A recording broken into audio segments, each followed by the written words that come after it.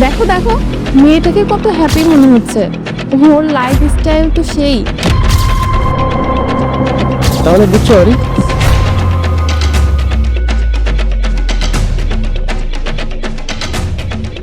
দেখো দেখো, মেয়েটাকে কত হ্যাপি মনে হচ্ছে। ওর লাইফ স্টাইল তো সেই। ওর বাড়ি গাড়ি, হাতে দেখছো দামি ফোন, সবই তো আছে। এমন যদি আমার হতো, আমার আর লাইফে কোনো চাওয়া পাওয়াই থাকতো না। ওর স্বামী ওকে সব কিছুই দেয়, কিন্তু আমাদের আমাদের তো কিছুই নেই। নিজের কাছে যেটা আছে সেটা নিয়ে সুখে থাকো। সবকিছু যখন একসাথে পাওয়া যায় না, তখন সেটা নিয়ে চিন্তা করা ঠিক না। সুখ কখনো বাহ্যিক জিনিসে পাওয়া যায় না অরি। ওর বাইরের জিনিসগুলো অনেক সুন্দর, আর এই আনন্দটা যদি ভিতর থেকে না আসে, তাহলে কিন্তু সবকিছুই বৃথা। ধুর, তুমি আছো তোমার কথা নিয়ে। দেখছো না, ও তো সব কিছুই পাইছে। ওর আর কিসের কমতি আছে বলো? আমি কি কিছুই পাবো না? আল্লাহ সবাইকে সবকিছু দেয় না। হয়তো আমাদের কাছে যেটা আছে ওর কাছে সেটা নেই, আর ওর কাছে যেটা আছে সেটা আমাদের কাছে নেই। সুতরাং আল্লাহ যেটা আমাদেরকে দিয়েছে অতটুকু নিয়ে আমাদের সন্তুষ্ট থাকা উচিত। আফসোস করতে নেই, আল্লাহ নারাজ হয়, শুকরিয়া আদায় করো। চলো।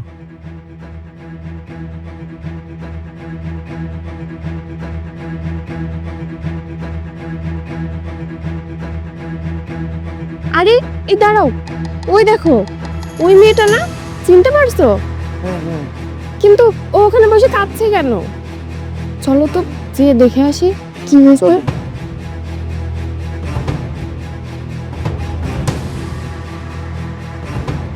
কি হলো? কি হয়েছে তোমার? তুমি কাঁদছো কেন? তোমাকে তো প্রায়ই দেখি, তুমি তোমার হাজবেন্ড নিয়ে কি সুন্দর ঘুরে বেড়াও। আমাদের দেখে তো খুব ভালোই লাগে। হঠাৎ কি এমন হলো যে তুমি কাঁদছো? তোমার তো কোনো কষ্ট থাকার কথা না, তোমার তো সব কিছুই আছে। সব কিছুই আছে, কিন্তু সব কিছু থেকেও আমার কিছু নেই। জানেন, আমার স্বামী আমাকে প্রতিনিয়ত ঠকাচ্ছে, প্রতিনিয়ত আমার সাথে চিট করছে। আমি জানি না কোথায় গিয়ে শেষ হবে। আপনারা সব কিছু বাইরে থেকে দেখেন, কিন্তু আসলে ভেতর থেকে আমি শূন্য হয়ে যাচ্ছি। আমি পুরো একা, আমার কেউ নেই। হয়তো আমাকে দামি গাড়ি দিয়েছে, দামি মোবাইলও দিয়েছে, সব কিছু দিয়ে বিলাসিতা করিয়েছে, কিন্তু মেয়েদের আসল শান্তি তো তার স্বামী, তাই না? সেই শান্তিটাই যদি প্রতিনিয়ত ঠকিয়ে যায়, তাহলে কি ভালো লাগে? তাহলে তুমি কি বলতে চাচ্ছ তোমার কাছে সব কিছু থাকার পরেও তুমি সুখী না? না, কারণ সত্যিকারের সুখ তো সম্পর্কের মাঝে থাকে, টাকা পয়সায় না। সব কিছু থাকার পরে যখন বিশ্বাস আর সম্মানটা থাকে না, তখন এই সব কিছুই বৃথা। আমি জানি না এখন আমি কি করব। এই যে তুমি নিজেই বলছো সবকিছু থাকার পরেও তুমি সুখী না, তাহলে তুমি বুঝতে পারতেছো সুখের আসল মানেটা কি? দেখো, যে জিনিসটা হারায়, হারানোর পরে সেই জিনিসটার মর্ম বুঝতে পারে। তাহলে দেখেছো আরে, তোমার জীবনে যদি বিশ্বাস আর ভালোবাসা না থাকে, তাহলে তোমাকে কোনো কিছুই আসল সুখ এনে দিতে পারবে না। তোমাকে দেখে আমাদের খুব আফসোস হতো যে ইস, আমরা যদি তোমাদের মতো হইতে পারতাম।